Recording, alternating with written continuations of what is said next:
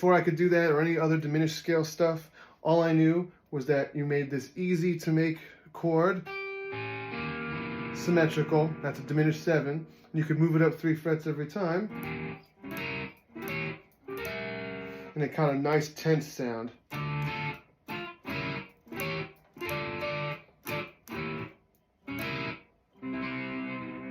Maybe if you want to change key or something like that.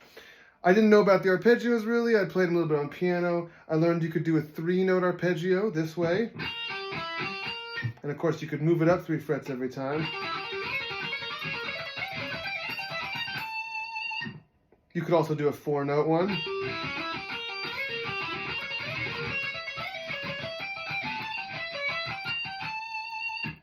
That was also good for staying in place. And there's another 4-note one where the index gets to work twice.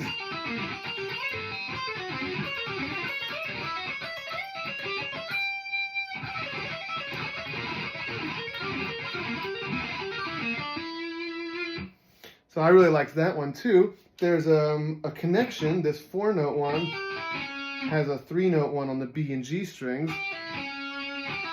Very Beatles.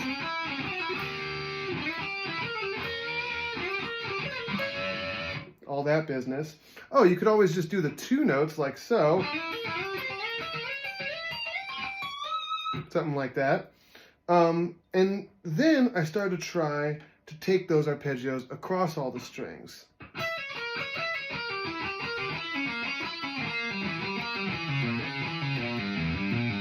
And a 3-note works really well. Because these ones here have the same shape as the first one. When you start doing 4-note, it gets a little harder.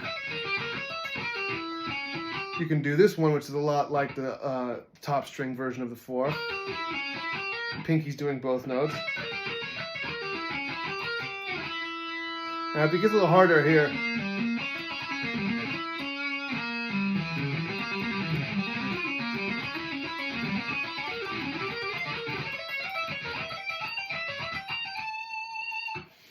Four notes can also be done as we discussed this other way. And there's a second string version, which is very similar.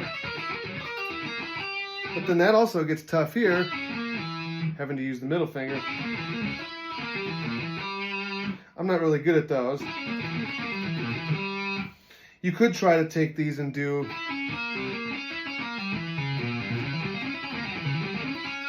that little half-step thing with 2 notes on a string. I'm not good at doing that quickly either. So another thing I realized was that the good old diminished scale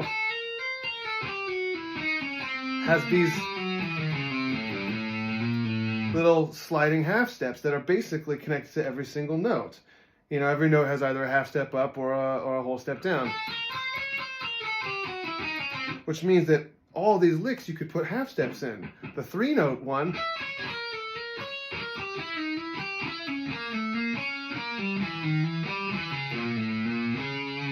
three notes on the bottom, do the half step on top.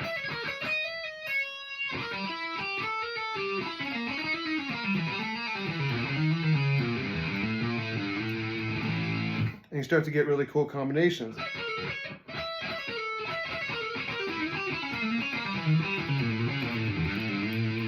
I like that one a lot. And my last little bonus kind of idea is, this is something that the great Dan Serper showed me. The thirds are actually symmetrical too if you go across strings. So E and G are the same. String skipping is great for this. B and G are the same. I mean B and D. Dang.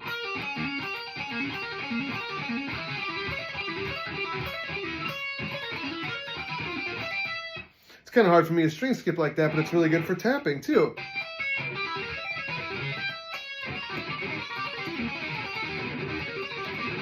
I guess if I could do it right.